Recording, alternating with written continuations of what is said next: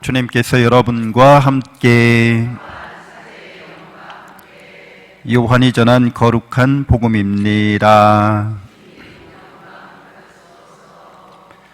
그 무렵 예수님께서는 갈릴리아에 가기로 작정하셨다. 그때 필립보를 만나시자 그에게 나를 따라라 하고 이르셨다.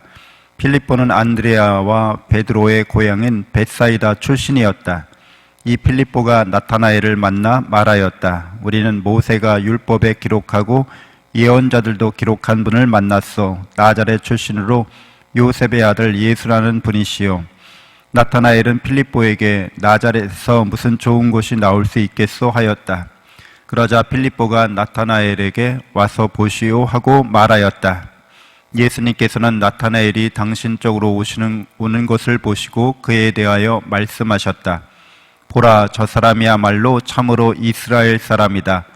저 사람은 거짓이 없다. 나타나엘이 예수님께 저를 어떻게 아십니까? 하고 물으니 예수님께서 그에게 필립보가 너를 부르기 전에 네가 무화과 나무 아래에 있는 것을 내가 보았다 하고 대답하셨다. 그러자 나타나엘이 예수님께 말하였다.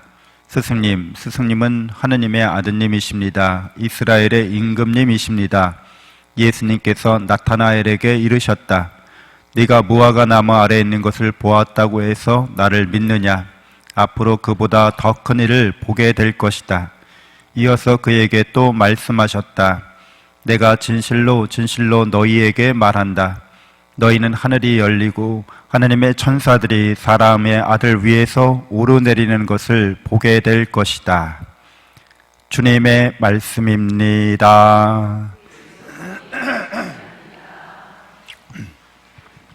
찬미 예수님, 하느님의 복동이 고맙습니다. 고맙습니다. 네, 여러분들은 다 하느님을 모든 것 위에 사랑하기로 선택하신 분들이죠. 네, 그래서 천국에 가기로 작정하신 분들이잖아요. 나는 하느님과 세상 사이에서 이렇게 간보기 하고 이렇게 중간 양다리 걸치고 그러면서 천국 갈까 연옥 갈까 지옥 갈까를 이렇게 아직도 작정하지 못하고 그냥 되는 대로 그때그때 맞춰서 가야겠다 이런 생각하고 있는 분은 없으시죠? 네. 그러니까 우리가 오늘 제1독서에서 요한일서의 저자가 우리가 서로 사랑해야 된다. 처음부터 들은 말이다. 이렇게 말하고 있어요. 근데 이 사랑이 어떤 사랑이냐 하면 예수님이 당신 목숨을 내놓으신 그 사실로 우리는 사랑을 알게 되었습니다. 이렇게. 그러므로 우리도 형제들을 위하여 목숨을 내놓아야 합니다. 이렇게 말하고 있는 그 사랑인 거죠. 그러니까 하느님의 사랑을 예수 그리스도를 통해서 깨닫고 또 믿고 체험한 사람들인 거죠. 그 사랑이 우리를 구원한다는 거예요. 죄악과 죽음에서. 그렇기 때문에 나도 내 인생을, 내 삶을 사랑으로 하느님께 바치겠다고 결심할 때 이제 우리가 세례받게 되는 거죠. 그 세례식은 일종의 그렇게 사랑의 약속의 자리이기도 하고 그 사랑의 약속이 이미 성취된 자리이기도 합니다. 그러니까 이 예수님을 통해서 하나님의 사랑을 깨닫고 믿게 되었기 때문에 나를 위해서 나를 죄악과 죽음에서 구원하시려고 십자가를 지신 예수님을 내가 믿는다는 거죠. 그리고 그분의 사랑으로 나 자신을 사랑하고 하느님을 사랑하고 이웃을 나 자신처럼 사랑하겠다고 약속하는 자리인 거예요. 세례받은 그리스도인은 하느님의 사랑으로 자기 자신을 사랑할 줄 아는 사람, 그리고 이웃을 자기 자신처럼 하느님의 사랑으로 사랑하겠다고 결심하는 사람이 바로 세례받은 그리스도인이고, 이 사랑의 약속이, 우리가 하는 이 사랑의 약속이 이루어졌다는 거야. 이미 내가 열심히 노력해서 이 사랑을 성취하는 게 아니라 예수님이 우리를 대표해서 이미 그 약속을 성취했기 때문에 그 약속에 따르는 은총이 우리에게 풍성하게 베풀어진다는 것 또한 희망할 수 있는 사람들입니다. 그래서 마음이 우리를 단죄하더라도, 그러니까 우리가 진리에 속해 있음을 알게 되고 하나님의 영원한 사랑 속에 우리가 속해 있다는 거예요. 그분의 사랑이, 예수님의 사랑이 우리를 허다한 죄와 또 악에서, 죽음에서 구원하신다는 것을 잘 알고 있다는 겁니다. 그분 앞에서 마음을 편히 가질 수 있습니다. 평화를 가질 수 있습니다. 마음이 우리를 단죄하더라도 그렇습니다. 우리가 하나님의 사랑 안에, 은총 안에 살겠다고, 하나님을 모든 것에 사랑하겠다고 그렇게 결단하고 약속을 드렸음에도 불구하고 마음이 불편한 때가 있다는 거예요. 양심의 가책을 받는다는 거죠. 마음이 너 그렇게 살지 못했잖아 하고 우리에게 말해준다는 거예요. 하나님께서는 우리의 마음보다 크시고 또 모든 것을 아시기 때문에 마음의 평화를 그래도 가질 수 있다고 말하고 있습니다. 우리가 하나님을 모든 것에 사랑한다고 했지만 실제로 우리가 이렇게 세상 살다 보니까 내가 미사 오기 전에, 주일을 지키기 전에 일주일 동안 어떻게 살아왔는지, 하루를 어떻게 살았는지 이렇게 해보니까 그 사랑 속에 살지 못했어. 그래서 내 마음이 불편해. 그러니까 이렇게 불편하다 할지라도 뭐예요? 하나님께서는 우리 마음보다 크시다 이렇게 말하고 있어요. 하나님의 사랑이, 그렇죠, 우리 마음보다 크시다는 거잖아요. 그러니까 우리가 어떤 죄도 잘못도 하나님의 사랑을 이길 수는 없다는 거죠. 그래서 우리의 마음이 하나님의 더 큰 사랑 안에서 계속 확신을 갖고서 이제 주님께 나아갈 수 있다고 그렇게 이야기해주고 있습니다. 오늘 복음에서 예수님이 이제 무화과 나무 아래 앉아 있는 나타나엘을 보십니다. 무화과 나무 아래 앉아 있다고 할 때 말 그대로 이 무화과 그러면은 없을 무자, 꽃화자잖아요. 꽃이 없는 나무를 말해요. 열매만 열리는 거죠. 이파리와 열매만 열려, 꽃이 안 달려요. 그래서 꽃이 없는 것처럼 보여지는 나무인데 잎이 무성하니까 그늘이 많이 지어지죠. 그래서 이스라엘 사람들이 이제 그 그늘 아래 이렇게 서로 옹기종기 모여서 율법을, 그러니까 성경을 읽고 묵상하고 토론하는 자리가 무화과 나무 아래에 있는 그런 모습입니다. 그러니까 이스라엘 사람들, 특별히 이 나타나엘에 대해서 저 사람은 거짓이 없다라고 말하는 것을 보면 성경을 통해서 하나님의 사랑을, 하나님을 사랑하기로 선택하고 작정한 사람, 진실하게 늘 그 진실성을 갖고서 하나님의 사랑을 갈구하는 사람이었다는 거죠. 어떻게 저를 아십니까? 라고 물었을 때 너는 더 큰 것도 보게 될 거라고 말씀하세요. 그래서 하나님과 사람이 예수님을 통해서 얼마나 잘 소통하는지, 하나님과 인간이 얼마나 가까운지, 예수님 안에서 하나님과 사람이 서로 일치할 수 있다는 것을 네가 보게 될 것이다 라고 말씀해 주시는 거죠.